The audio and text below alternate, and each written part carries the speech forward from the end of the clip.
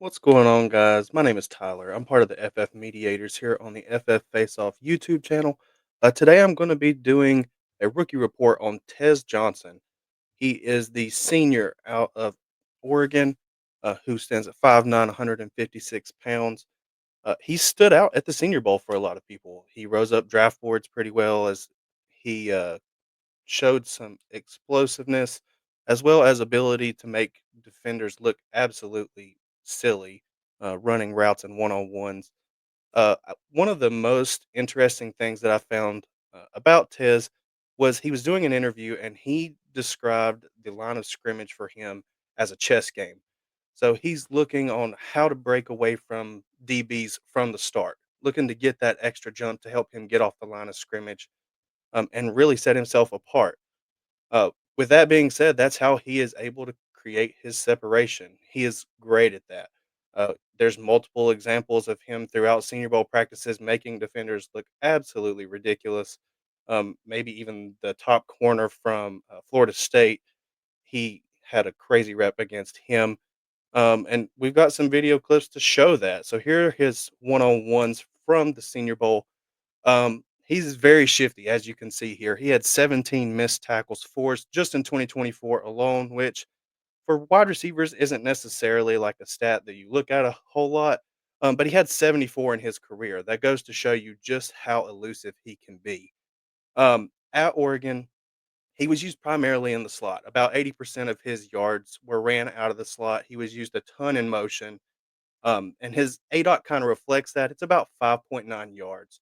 So he wasn't necessarily a big downfield threat, but he's that guy that gets open quick in space and makes defenders miss, as he catches the ball. His career yards per out run, which I actually thought was a pretty interesting stat, is 2.85. That is elite. That's in the top percentile of pretty much everybody that's played college football there. um, the one thing that I have that I kind of knock him for is the size. He is only 5'9", 156 pounds, like I said earlier. And I think that's going to cause him some issue in the NFL. Press coverage is pretty prevalent in the NFL. I think, if defenders can get their hands on him, and he loses that chess game a few times, I think he could struggle a little bit. And run blocking. I know that you think, and you're like, oh, well, why does run blocking matter for a wide receiver? But it's actually important. Whenever you can run block, you get to stay on the field as a rookie. You got to put in that effort. I had some issue with that in some of his film. At times, his run blocking effort was a little poor. If he was running routes and he knew he wasn't getting the ball, his effort may lack a little bit.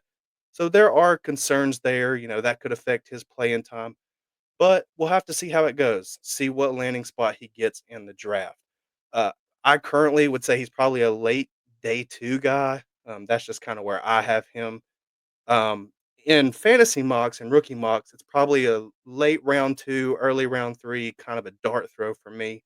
I think probably the most potential or the best potential fits for him would either be the Seahawks, because they did just hire Clint Kubiak, I believe, as their offensive coordinator, who used a ton of motion with the Saints, um, and Miami. I mean, we know what that Dolphins offense looks like, and they're looking for speed and just the ability to get off the ball quickly. What do you think? Do you think Tez Johnson is going to rise up draft boards even more? Where does he finish? Do you have any predictions of where he lands? Feel free to let me know in the comments below. As always, feel free to like and comment. Definitely subscribe to the YouTube channel. We're putting out YouTube content consistently on the channel as well. We have the FF Mediators X account, where we put Dynasty content out pretty much 24/7. We're always on there talking with somebody. So, yeah, check us out, and we'll see you in the next one.